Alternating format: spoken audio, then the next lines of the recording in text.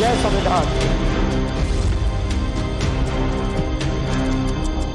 In what is happening in India, the idea of a democratic model is being attacked and threatened. ये चुनाव देश के लोकतंत्र और संविधान को बचाने का चुनाव। India is not in a good place. The BJP has spread kerosene all over the country. आज न केवल लोकतंत्र को खतरा है बल्कि हमारी आपकी जान को भी खतरा कर दिया है। जो देश के अंदर जो हालात हैं, पूरा डिक्टेटरशिप चल रही है, जनतंत्र को कुचला जा रहा है जगह जगह। मोदी जी हैं तो लोकतंत्र और संविधान पर खतरा है। हम सीना तान करके दुनिया को कह सकते हैं, हिंदुस्तान ने युद्ध नहीं बुद्ध दिए हैं।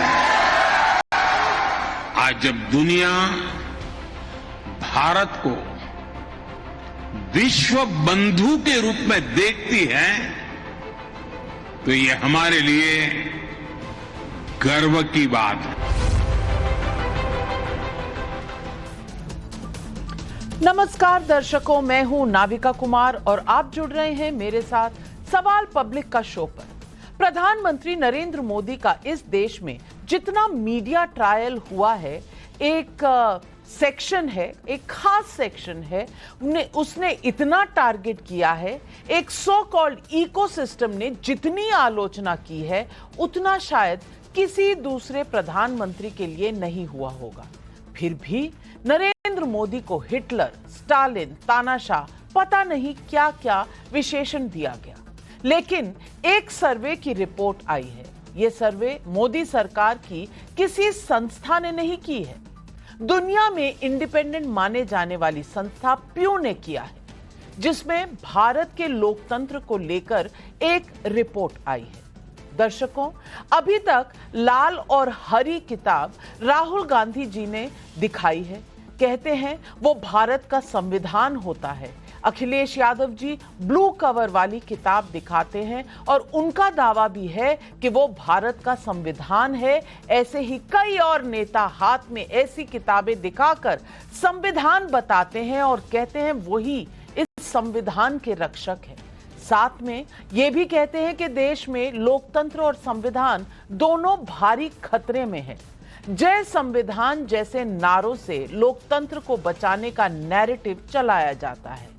तब एक ग्लोबल रिपोर्ट से राहुल गांधी, अखिलेश यादव, ममता बनर्जी, अरविंद केजरीवाल, उद्धव ठाकरे और एमके स्टालिन जैसे नेताओं का लोकतंत्र खतरे में होने का दावा कटघरे में खड़ा हो जाता है। दुनिया की सबसे मशहूर और विश्वसनीय सर्वे एजेंसी प्यू रिसर्च ने हाल के अपने रिपोर्ट में बताया है कि भारत में लोकतंत्र की हालत से 77% लोग संतुष्ट हैं। 80% संतुष्टि के साथ भारत से आगे सिर्फ सिंगापुर है। इस रिपोर्ट में दुनिया के दूसरे बड़े देशों का हाल देखिए। अमेरिका में सिर्फ 31%, जापान में 31%, फ्रांस में 35%, यूके में 39%, कनाडा में 52% और जर्मनी में 55% लोग ही संतुष्ट हैं। और ये आंकड़े आप देख रहे हैं विश्व में ग्लोबल लेवल पर जो बड़ी ताकतें मानी जाती हैं। ये देश, इनकी कुछ सो कॉल्ड वित्त पोषित संस्थाएं ज्ञान देती रहती हैं। भारत में सुन सुन के आपके कान पक गए होंगे कि मोदी तानाशाह हैं, देश में अघोषित इमरजेंसी है, देश की संस्थाओं पर हमले हो रहे हैं, संविधान खतरे में है, संविधान मिटा दिया जाएगा। राहुल गांधी ने तो यहां तक कह दिया था कि बीजेपी ने देश में केरोसिन छिड़क रखा है। 2024 के आम चुनाव के रिजल्ट से पहले तो यहां तक कहा जा रहा था कि यह आखिरी चुनाव होगा अगर मोदी जीत जाते हैं तो। लेकिन अभी तक ऐसा कुछ नहीं हुआ, शायद कभी होने वाला भी नहीं था। चुनाव में पहले से ज्यादा मजबूत होकर आए विपक्ष ने लोकसभा में नरेंद्र मोदी के भाषण में हंगामा किया। खुद राहुल गांधी वेल में आने को लेकर विपक्षी सांसदों को उकसाते रहे तो राज्यसभा में प्रधानमंत्री के भाषण पर विपक्ष मैदान छोड़कर वॉकआउट करता बना। बावजूद इसके लोकतंत्र कमजोर करने की तोहमत मोदी पर ही लगा देती। लेकिन देश के लोगों के बीच से आया प्यू रिसर्च का ये आंकड़ा उस नैरेटिव का जवाब लेकर आया है जिसमें लोकतंत्र को खतरे में बताने का सबसे खतरनाक एजेंडा है। मोदी राज में 77% लोग लोकतंत्र से खुश हैं, तो राहुल गांधी किधर हैं? यही है आज सवाल पब्लिक का।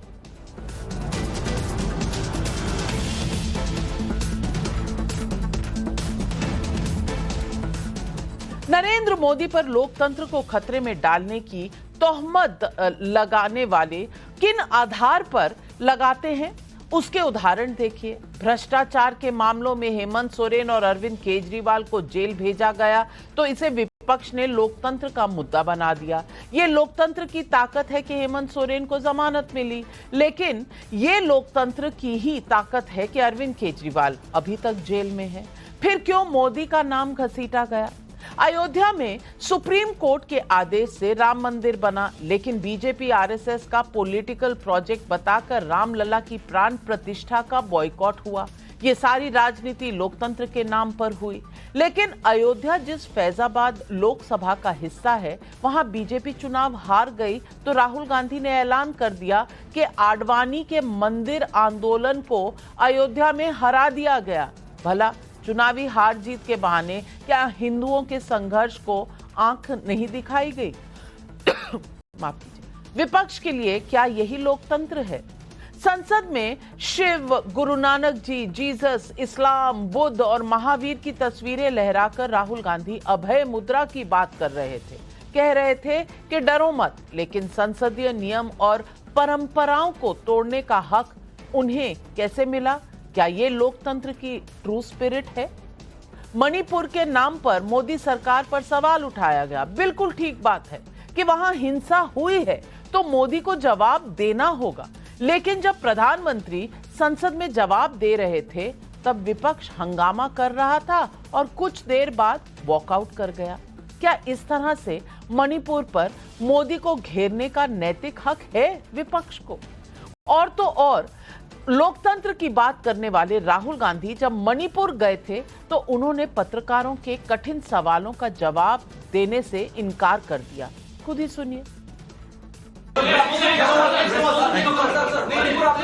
नहीं भैया, मैं भैया यहाँ सवाल नहीं I'm not.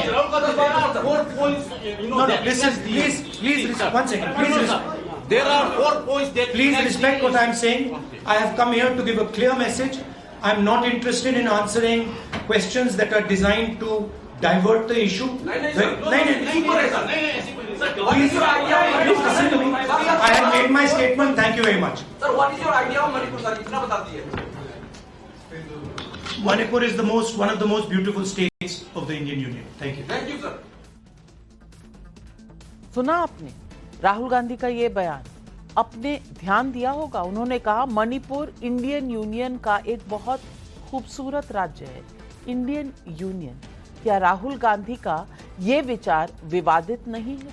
अमेरिका की तरह भारत यूनियन ऑफ स्टेट्स नहीं है। भारत का कोई राज्य खुद में संप्रभु नहीं है, लेकिन मणिपुर के नाजुक मौके पर वहां मलहम लगाने के नाम पर राहुल गांधी कौन सी विचारधारा आगे बढ़ा रहे हैं? क्या ये लोकतंत्र है? क्या ये भारत के लोकतंत्र का मान रखना है? उसके उलट मोदी रूस और ऑस्ट्रिया के दौरे से लौट कर आए हैं। वहां उन्होंने भारतीय लोकतंत्र की ताकत को कैसे समझाया, आप खुद सुनिए। पोस्ट कोविड एरा में चारों तरफ पॉलिटिकल इंस्टेबिलिटी देखी है। ज्यादातर देशों में सरकारों के लिए सरवाइव करना आसान नहीं रहा। दोबारा चुनकर आना तो एक प्रकार से बहुत बड़ा चैलेंज रहा है। ऐसी स्थिति में भारत की जनता ने मुझ पर, मेरी पार्टी पर, एनडीए पर भरोसा किया। आज दुनिया के लोग भारत के इलेक्शन के बारे में सुनकर हैरान रह जाते हैं। जो चुनाव कुछ सप्ताह पहले ही खत्म हुआ है, उसमें 650 मिलियन से ज्यादा लोगों ने वोट डाले हैं। इतना बड़ा चुनाव होता है, लेकिन कुछ ही घंटों में चुनाव के नतीजे क्लियर हो जाते हैं।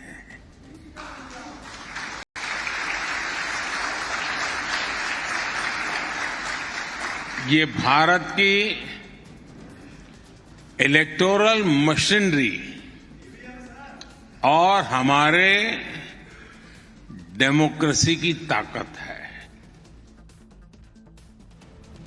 तो आज पब्लिक पूछ रही है सवाल पब्लिक का नंबर 1, भारत में 77% लोग लोकतंत्र के हाल से खुश हैं। क्या मोदी पर लोकतंत्र खत्म करने की तोहमत झूठी साबित हुई? लोकतंत्र के मुद्दों पर चित भी मेरी पट भी मेरी, क्या राहुल अखिलेश जैसे नेताओं का हाल यही है? क्या मोदी विरोध में लोकतंत्र खतरे में होने का नैरेटिव देश का नाम बदनाम कर रहा है? यही सवाल आज पब्लिक पूछ रही है और इन सवालों के जवाब देने के लिए आज हमारे साथ जुड़ रहे हैं शहजाद पूनावाला, बीजेपी के राष्ट्रीय प्रवक्ता, राजकुमार भाटी, समाजवादी पार्टी के राष्ट्रीय प्रवक्ता, विवेक श्रीवास्तव सीपीआई को रिप्रेजेंट करते हैं, राजनीतिक विश्लेषक हैं, अभिजीत अय्यर मित्रा राजनीतिक विश्लेषक हैं। लेकिन मेरा पहला सवाल जाता है कांग्रेस के सबसे बड़े सपोर्टर तहसीन पूनावाला जी को। और तहसीन पूनावाला जी, मेरा सिंपल सा सवाल है, देश में जब हंगर इंडेक्स का कोई नंबर आता है, प्रेस फ्रीडम का नंबर आता है, तो विपक्ष किस तरह से नाच नाच के बताता है कि अरे भाई भारत का कितना बुरा हाल है। आज प्यू सर्वे अगर बता रहा है कि 77% लोगों ने कहा है कि भारत की डेमोक्रेसी फिट फाट है, तो आज इतनी चुप्पी क्यों? कह दीजिए ये भारत के लिए कितनी अच्छी खबर है और ये जो संविधान और ये जो लोकतंत्र खतरे में था वो अब नहीं रहा शायद।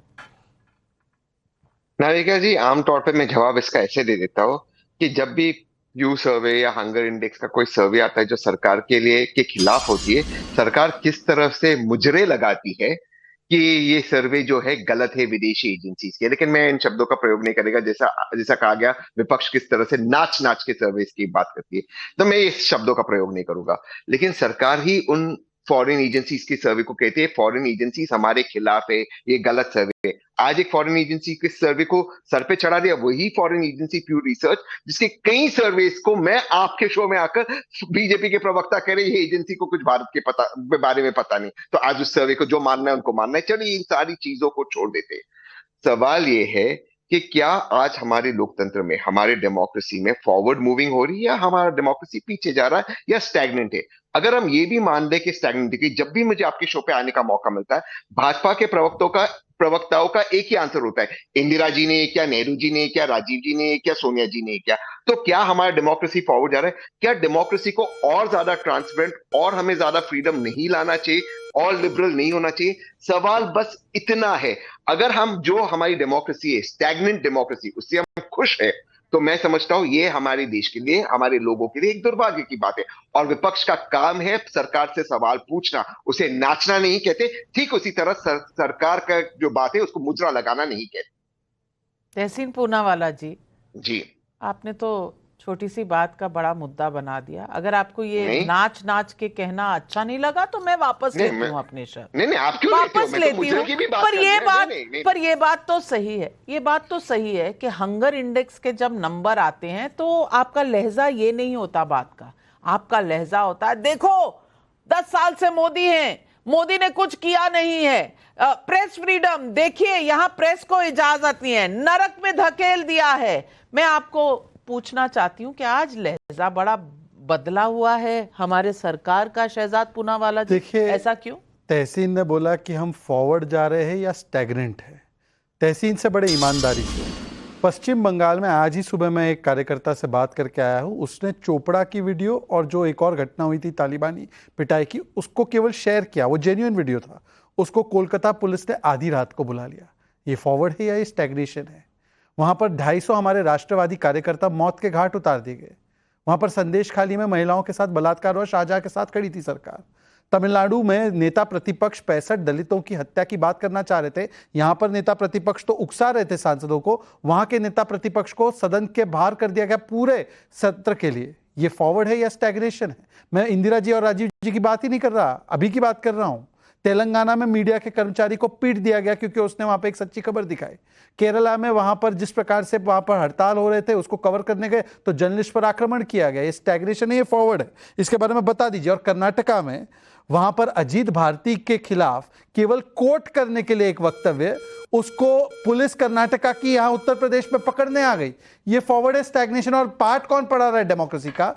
वो पढ़ा रहे जिसने फर्स्ट अमेंडमेंट लाया, वो पढ़ा रहे जिसने मजरू सुल्तानपुरी को जेल भेज दिया, वो पढ़ा रहे जिसने किशोर कुमार, आपके और मेरे किशोर कुमार के गाने बंद करवा दिए, इमरजेंसी लगा दी, जिसने 66A लाया, जिसने कुडनकुलम में सेडिशन में 9000 केस कर दिए, वो पार्ट पढ़ा रहे। परंतु एक ही सवाल है तहसीन पूनावाला, हमने तो ना आज की कोई रिपोर्ट का, ना पहले की कोई रिपोर्ट का ना स्वागत किया ना खंडन किया, पर जो लोग लगातार ये प्यू की रिपोर्ट को, अपने प्यू की रिपोर्ट आई है, जैसे मेरा ही प्यू ने रिपोर्ट दिया है, ऐसे प्रस्तुत कर रहे थे, वो आज प्यू पर क्यों म्यू म्यू नहीं कर पा रहे? आज बताइए कि सेकुलर सन्नाटा क्यों है भाई?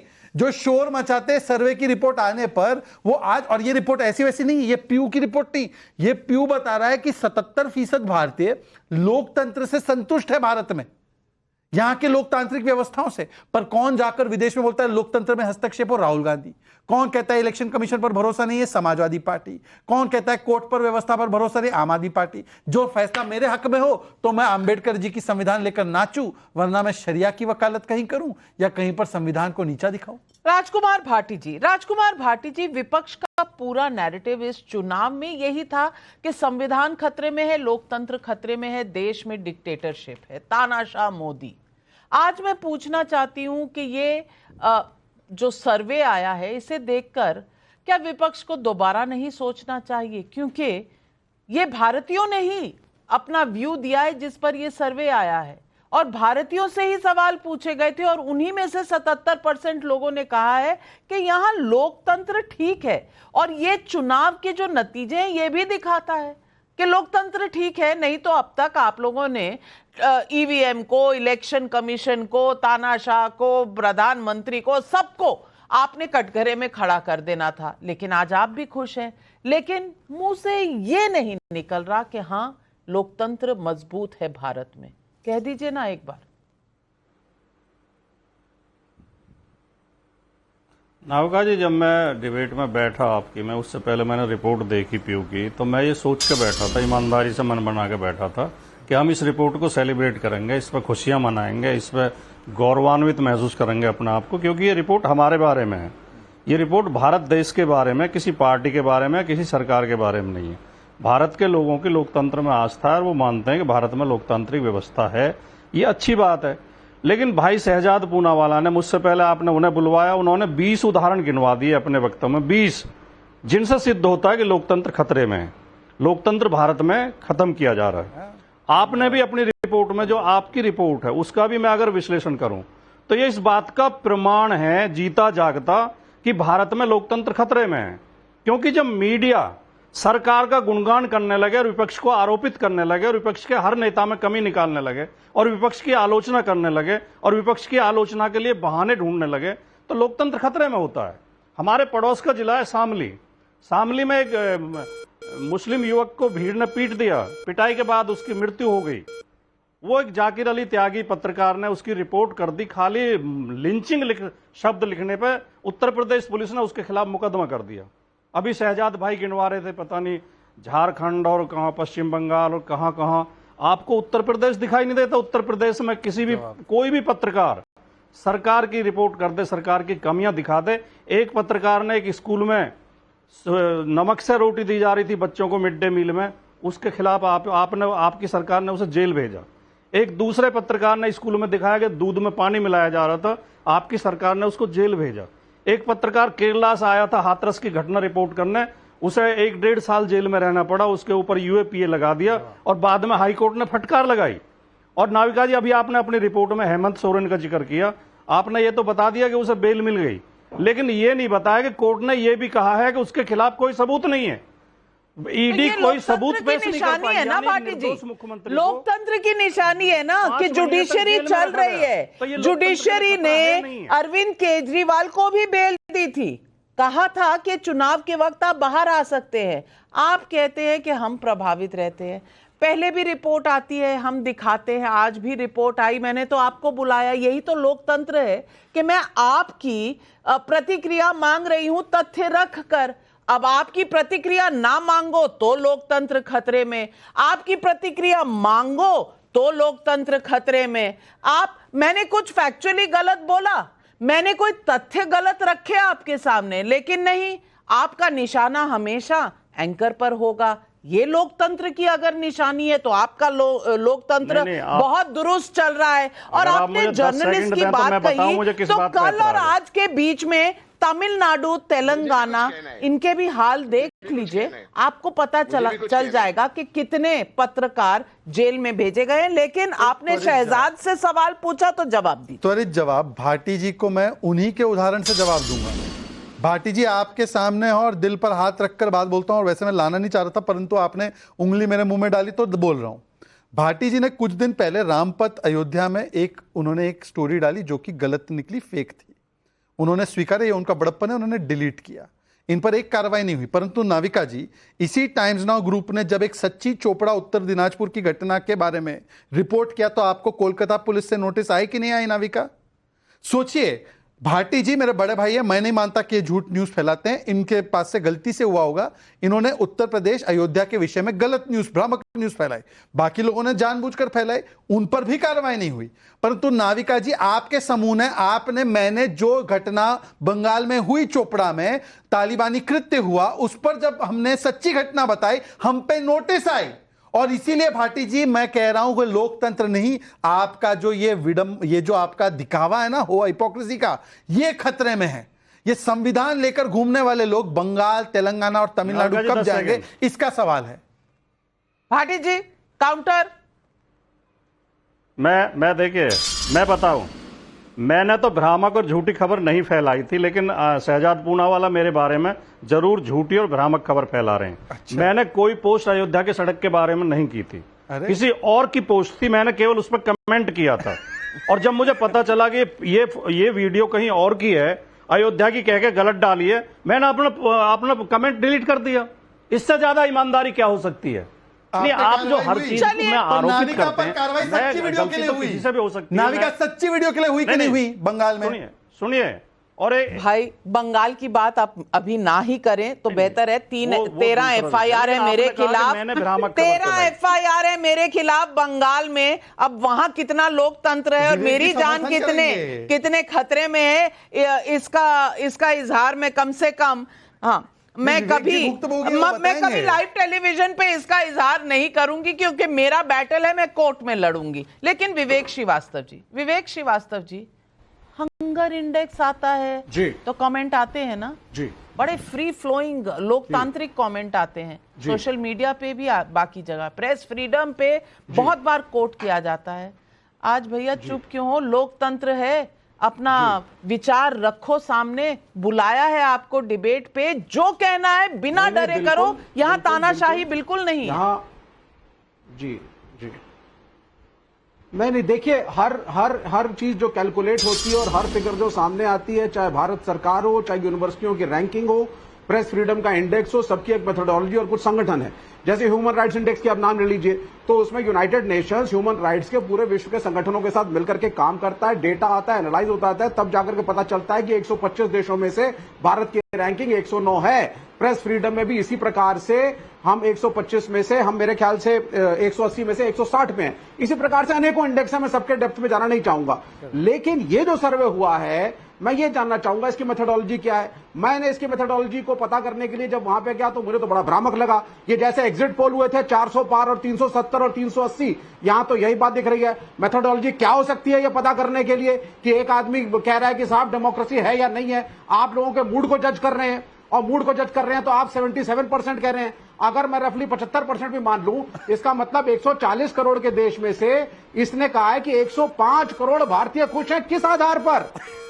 यह सर्वे कहां हुआ, कब हुआ, कौन से संगठन इसमें जुड़े हुए हैं, कुछ भी डिक्लेयर नहीं किया गया है। हंगर इंडेक्स में, हंगर इंडेक्स वाले कैलकुलेशन में संगठन पूछे थे, उसमें पूछे थे कितने लोग हुए।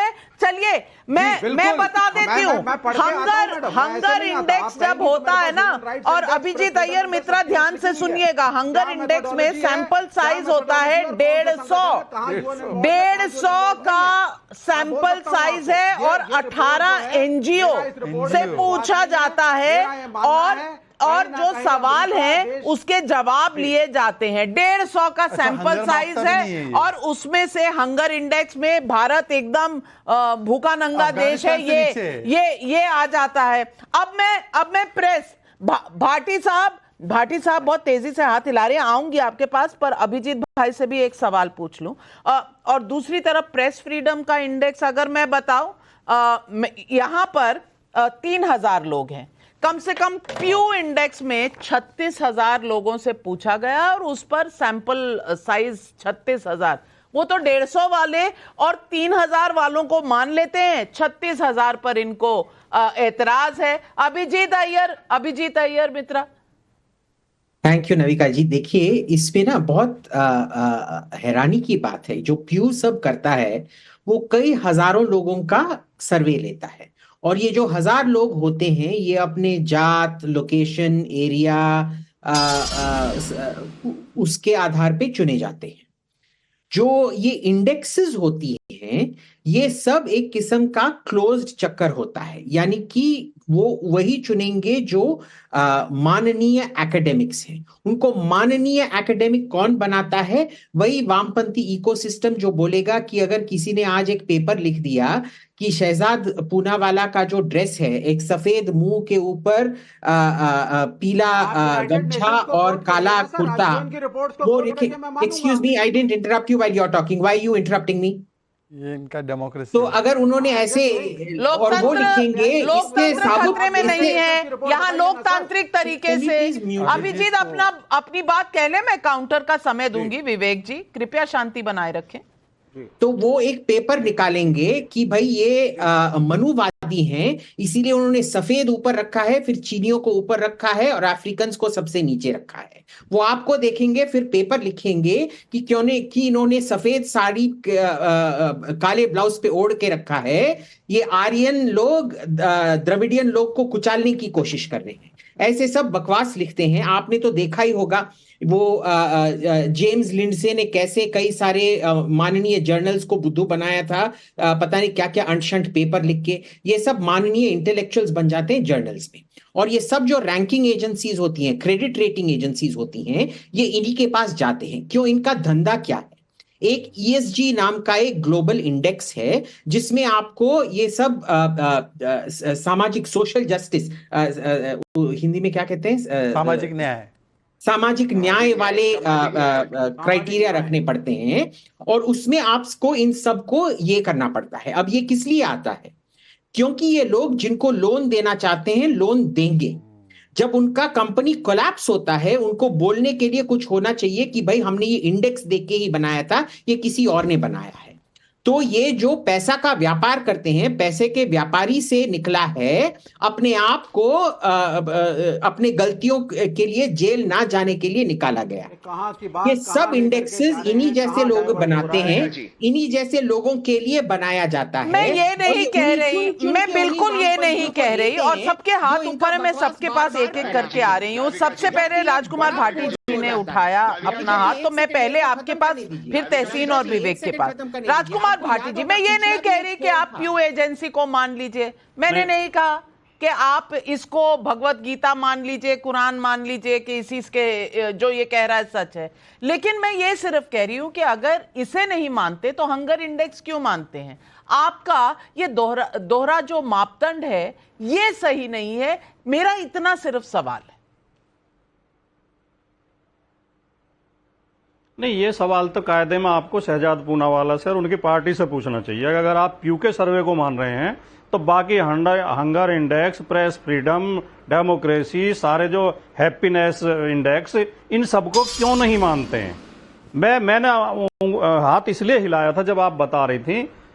मुझे लगता है कि शायद आप इस बारे में और थोड़ा सा अध्ययन कर लें। मैं कंफर्म नहीं हूं, लेकिन मैंने पढ़ा इस बारे में कि ये हंगर इंडेक्स किस तरह तैयार किया है। उसमें कोई सर्वे नहीं किया जाता, उसमें भारत के अलग अलग विभागों की वेबसाइट पर जो आंकड़े उपलब्ध हैं कि भारत में कितने वजन के बच्चे पैदा होते हैं, उनकी हाइट कितनी होती है, कितनी आयु में बच्चों की मृत्यु हो जाती है, कितनी उम्र कुल लोग जीते हैं, वो उन सबको लेकर ये तैयार किया जाता है। उसमें कोई सर्वे नहीं किया जाता कि मेले बाबू ने थाना खाया कि नहीं खाया। वो जो एक मंत्री कह रही थी स्मृति ईरानी, ये 150 लोगों को फोन करते हैं। सर्वे नहीं करेंगे, यहाँ पर सिर्फ सैंपल साइज होगा तो एक एज ग्रुप का होगा, दूसरे एज ग्रुप का नहीं होगा। ये बात नीति आयोग ने कही हुई है, आप नीति आयोग में पढ़िए। बहुत महत्वपूर्ण बात की है। नहीं भाटी जी, मैं आपकी ईमानदारी को सराहता हूं। 10 सेकंड भाटी जी।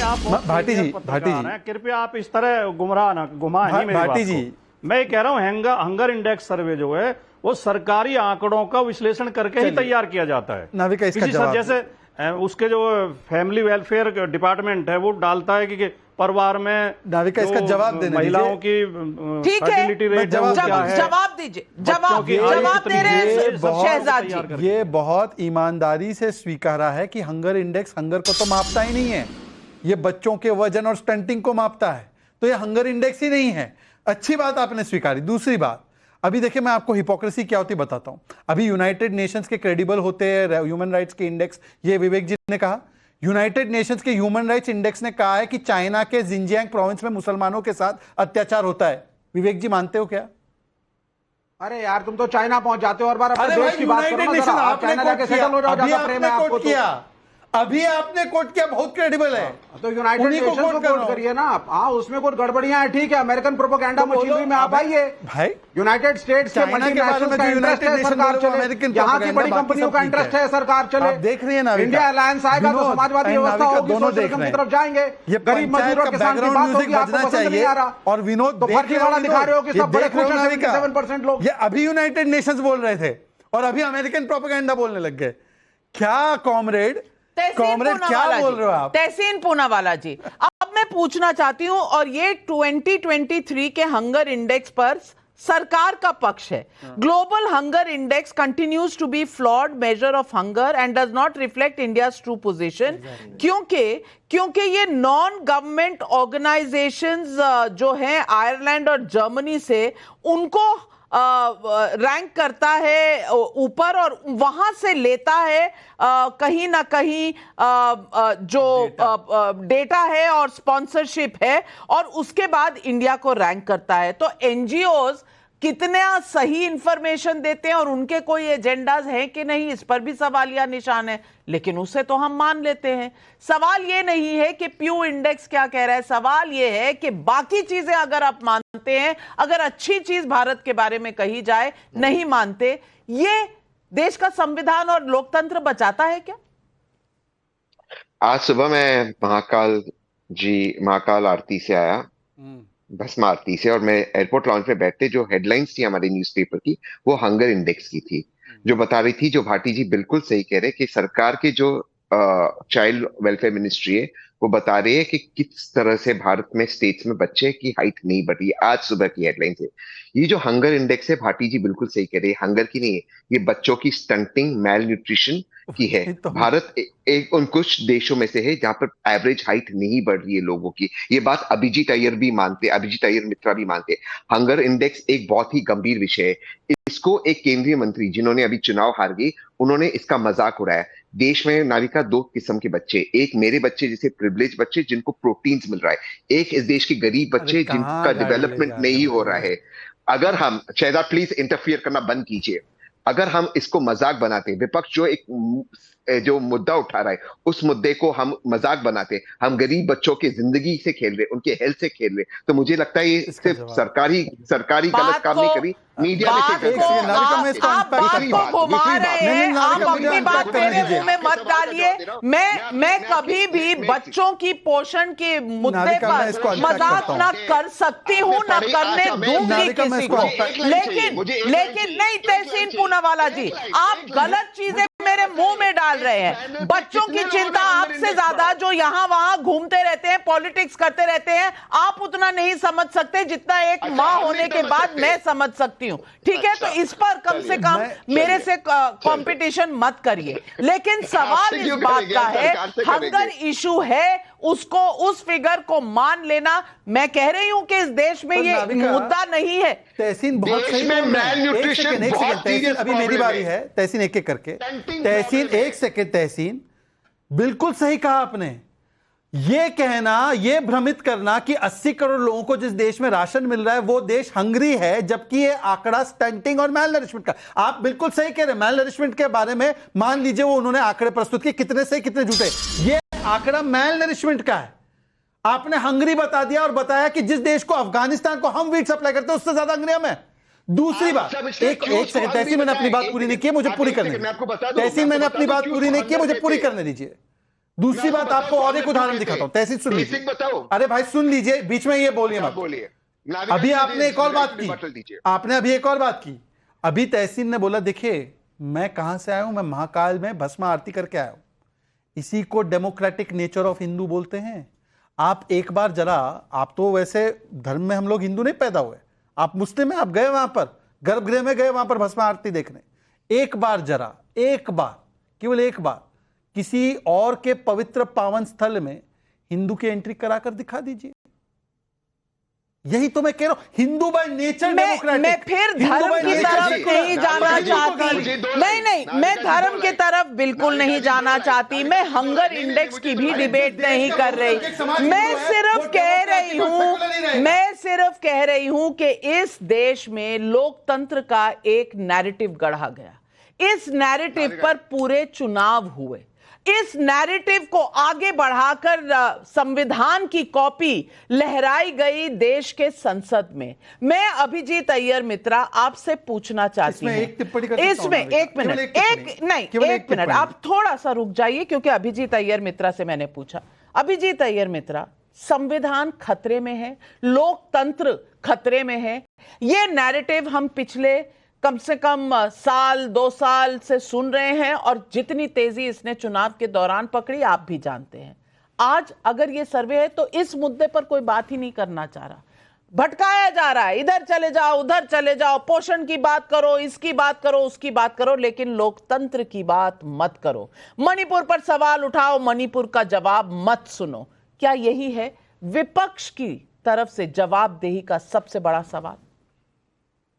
देखिए नविका जी, ये आजकल का डेमोक्रेसी यही होता है कि आप सब पे धप्पा लगाओ, जो हम नहीं हैं वो नाज़ी हैं, मुसोलिनी हैं, सब कुछ है। देखिए, जब असली तानाशाही होता है ना, तो कोई भी बोलता नहीं है तानाशाही। असली तानाशाही में लोग डरते हैं उसको तानाशाही बोलने के लिए। ये लोग वैसे हमारे बंधु जो हैं वो नॉर्थ कोरिया से आइडियोलॉजिकल फ्रेंड्स हैं। मैं एक्चुअली नॉर्थ कोरिया जा चुका। उधर अगर आप जाके किसी से पूछेंगे, वो हमेशा हंसेंगे और बोलेंगे नहीं नहीं सब कुछ इतना अच्छा है, किम जोंग उन इतने अच्छे हैं, वो मेरे पापा की तरह हैं, वे रोज आके हमको झपिया पपिया देते हैं, एटसेट्रा एटसेट्रा। आप चीन जाके पूछेंगे, लोग यही कहेंगे। बस हिंदुस्तान और डेमोक्रेसी ऐसे देश होते हैं जिनमें लोग बार बार चिल्लाते रहते हैं तानाशाही, डेमोक्रेसी की हत्या हो गई, दूसरा इमरजेंसी, नाज़ी सरकार, आउशविट्ज, पता नहीं क्या क्या। इसी से आपको पता चलना चाहिए कि ना ही तो विवेक श्रीवास्तव जी, ना ही तो वो सापा के हमारे बंधु जी, ना ही तो हमारे तहसीन भाई को जेल में डाला गया है, ना ही तो जेल में डाला जाएगा, ना ही तो राहुल गांधी को जेल, अगर राहुल गांधी जेल गए वो नेशनल हेराल्ड के भ्रष्टाचार के मामले में होगा, कोई और चीज के लिए नहीं होगा, उनके वार्तालाप के लिए तो बिल्कुल भी नहीं होगा। वैसे मेरे को भी जेल में डाला गया था 40 दिन के लिए, आपको याद होगा। बिल्कुल। तब क्या हम तानाशाही थे? वो तो स्टेट कोई ऑपोजिशन पार्टी नहीं किया था। वो कौन सा बहुत विवेक श्रीवास्तव जवाब दीजिए। चीन में डेमोक्रेसी कितनी है? दो चीजें। अभिजीत अय्यर मित्रा ने 2 बातें आज बोली हैं डिबेट में। पहली बात इन्होंने बोली कि हम मिथ्या चीज फैलाते हैं कि ये द्रविड़ हैं, ये आर्यन हैं, और इन्होंने यही नैरेटिव फैलाया था।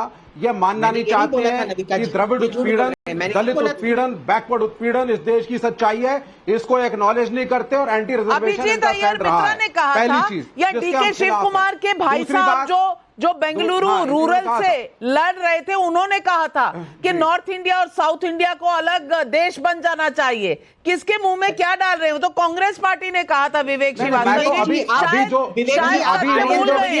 इन्होंने जो मुझे कहा था विवेक जी, ये तो आपका लेफ्टिस्ट थियरी है ना। हम लोग अभिजीत भाई अगर द्रविड़ या दलित की आवाज आप द्रविडियन आर्यन में मानते हैं कि नहीं? आप क्या मानते हैं तमिल शोषित द्रविडियन है? ये चाइना पर जवाब दे दीजिए। लोकतंत्र चाइना में कितना लोकतंत्र महफूज है? आप तो लेफ्ट पार्टी से आते हैं ना, लोकतंत्र कितना मजबूत है? आज अब आप लोग घबराइए मत, जरा मेरी बात को पूरा हो जाने दीजिए। तो आप पहले चीन पर जवाब दीजिए ना, इकोनॉमिक इक्वालिटी चीन पर जवाब दीजिए। नहीं, पहले मैं इनकी बात पे नहीं, चाइना में थोड़ा, मैं इंडियन हूं, मैं चाइना पे क्यों जवाब दूं? चाइना जाके पूछिए पहले इनके अभिजीत अभियर मित्रा जो बोल रहे हैं, अभी तो इकोनॉमिक डिस्पैरिटी को जस्टिफाई कर रहे हैं, रिच और पुअर का जो बढ़ती हुई खाई है इस देश में, समाजवादी व्यवस्था के खिलाफ कोई सीमा नहीं। जवाब नहीं आ रहा, फंस गए हैं आप विवेक श्रीवास्तव जी। चीन पर कुछ नहीं बोल पा रहे। चीन में कितना लोकतंत्र है? क्या सवाल है? कम्युनिस्ट पार्टी चीन का क्या सवाल है? चीन है कम्युनिस्ट कंट्री है, वो अपने तरीके से अपना देश चला रहे हैं। अच्छा, तो हमारा देश हमारे अपने तरीके से चल रहा है, फिर आपको सऊदी अरबिया में राजशाही है, सऊदी अरबिया में राजशाही है, दुबई में राजशाही है, दुबई में राजशाही है, वहां भी नरेंद्र मोदी जाते हैं, गले मिलकर के आते हैं। तो बोल दीजिए सऊदी अरबिया भी सब हर देश की अपनी व्यवस्था है, हर देश की अपनी व्यवस्था है। मात्र 30 सेकंड 30 सेकंड का समय शहजाद पूनावाला। नाविका जी, जब मैंने कहा कि यूनाइटेड नेशंस ने चाइना के जिंजियांग प्रोविंस पे कुछ कहा तो बोले नहीं ये अमेरिकन प्रोपेगेंडा। आपने जब एक वैलिड सवाल पूछा तब बोले चाइना पर जवाब क्यों दूं? ये हिपोक्रेसी है। दूसरी बात, ये भारत को, और देखिए मोदी को गाली दो, भाजपा को गाली दो, पर मोदी और भाजपा को गाली देते देते ये भारत की लोकतंत्र और भारत के बहुसंख्यक समाज, ऐसा कौन सा पड़ोसी मुल्क है जहां पर हिंदू बहुल नहीं है और वहां पर लोकतंत्र है? ये अफगानिस्तान में लोकतंत्र है क्या? ये पाकिस्तान में लोकतंत्र है? ये चाइना में लोकतंत्र है? ये देश लोकतांत्रिक है क्योंकि ये भारत का हिंदू बाहुल है। ये देश लोकतंत्र सेकुलर है क्योंकि यहाँ का हिंदू सेकुलर है। हाँ, और आप उस लोकतंत्र को खत्म करना चाहते हैं। ये आप संविधान और लोकतंत्र दोनों को खत्म करना चाहते हैं। भारत को पाकिस्तान के साथ इसको जो है एक मेजॉरिटेरियन को ला करके चुनाव जीत करके हिंदू राष्ट्र बनाने की कोशिश कर रहे हैं, जिसके अंदर माइनॉरिटी का रहना मुश्किल हो जाएगा। हम उसके खिलाफ हैं, अभी हम आपसे लड़ रहे हैं। कॉमरेड को थोड़ा एजेंडा, एजेंडा। भाई साहब, भारत माँ को ना छेड़ा जाए, यहाँ सब कुछ ठीक चल रहा है। जब तक 65 साल 70 साल आप लोगों ने राज किया तब तक तो कुछ नहीं हुआ था। ये बस अब जो है लोकतंत्र खतरे में हो गया। ये सही नहीं है, मैं मानती हूं ये सही नहीं है। सरकार को आप घसीटिए, जवाब मांगिए। जो हर देश में दिक्कतें हैं, समाधान उसके ढूंढने हैं। 100% काम कहीं भी नहीं हुआ, बहुत जगह बहुत काम की जरूरत है, बहुत गलतियां होती हैं सरकारों की। जवाब मांगिए, कटघरे में खड़ा करिए। लेकिन भारत लोकतांत्रिक देश नहीं है ये कहते हैं जब आप, तो आप भारत देश पर सवाल उठाते हैं। मेरा सिर्फ यही कहना है। और पब्लिक सवाल पूछ रही है। कश्यप वैद्य का वडोदरा से सवाल है, सर्वे क्या इस बात का नहीं होना चाहिए कि विपक्ष के तौर तरीके से संविधान खतरे में है? अशोक कुमार सिंह का पंचकुला से सवाल है, जब राहुल गांधी ने मनमोहन सरकार के अध्यादेश फाड़ने की बात की तब क्या संविधान खतरे में नहीं आया? छाया सोनी का शहडोल एमपी से सवाल है, राहुल गांधी का संसद में हूटिंग करना, अपने सांसद को चिल्लाने और घेराव करने के लिए उकसाना, क्या यह हमारे लोकतंत्र को मजबूत करता है? राजकुमार भाटी जी आज जवाब दे दीजिए, जनता पूछ रही। नहीं, मैं तो दो वाक्य आपने बोले नाविका जी। एक तो ये बोला सब कुछ ठीक चल रहा है, दूसरा आपने बोला कि लोकतंत्र, हम कहते हैं कि लोकतंत्र नहीं है भारत में। हम कभी नहीं कहते लोकतंत्र नहीं है। भारत एक लोकतांत्रिक देश है और इस पे हमें गर्व है, इस पे हमें घमंड है कि हम लोकतंत्र में जी रहे हैं। हम ये कहते हैं कि भारतीय जनता पार्टी लोकतांत्रिक नहीं है, उसकी लोकतंत्र में आस्था नहीं है। ये लोकतंत्र के लिए खतरा है, ये लोकतंत्र को खत्म करना चाहते हैं। और जब अभिजीत जी ये कहते हैं कि लोकतंत्र तो है, लेकिन बोल क्यों रहे हैं ये क्यों कहते हैं कि लोकतंत्र खतरे में? अरे बोल रहे हैं हम तभी तो लोकतंत्र है। जब हमारे बोलने पे भी पाबंदी लगाओगे, लोकतंत्र की वकालत नहीं करोगे, बोलने पे पाबंदी है? पिछले 1 घंटे से आप बोल रहे हैं, सारी देश आपको सुन रहा है, फिर भी आपको लोकतंत्र खतरे में लगता है। देश के लोगों ने सरकार चुना है, आपको विपक्ष में चुना है। लोकतंत्र, आपके नंबर बढ़े हैं, उनके घटे, लेकिन लोकतंत्र जिंदा है, इसीलिए तो हुआ है। लेकिन दर्शकों, नरेंद्र मोदी के खिलाफ विपक्ष के नेताओं की लड़ाई राजनीतिक है, लेकिन विपक्ष के कई नेताओं ने इस राजनीतिक लड़ाई को देश की लड़ाई बताने के लिए लोकतंत्र और संविधान का सहारा लेने की कोशिश की। इसलिए लोकतंत्र खतरे में है वाला नैरेटिव देश के सामने रखा गया। लेकिन नरेंद्र मोदी की नीतियों से किसी की सहमति या असहमति के बावजूद देश सुरक्षित हाथों में है, और देश जनता की वजह से, यहां की पब्लिक की वजह से हमेशा लोकतांत्रिक रहेगा। जनता को उन पर भरोसा है जिनको उन्होंने चुना है। इस बात को चुनाव के नतीजों के बाद प्यू रिसर्च के आंकड़े भी बता रहे हैं। लेकिन क्या करें, ये विपक्ष है कि मानता ही नहीं। सवाल जारी रहेंगे। आज तमाम पैनलिस्ट का मैं धन्यवाद करती हूं और इजाजत लेती हूं आप सबसे।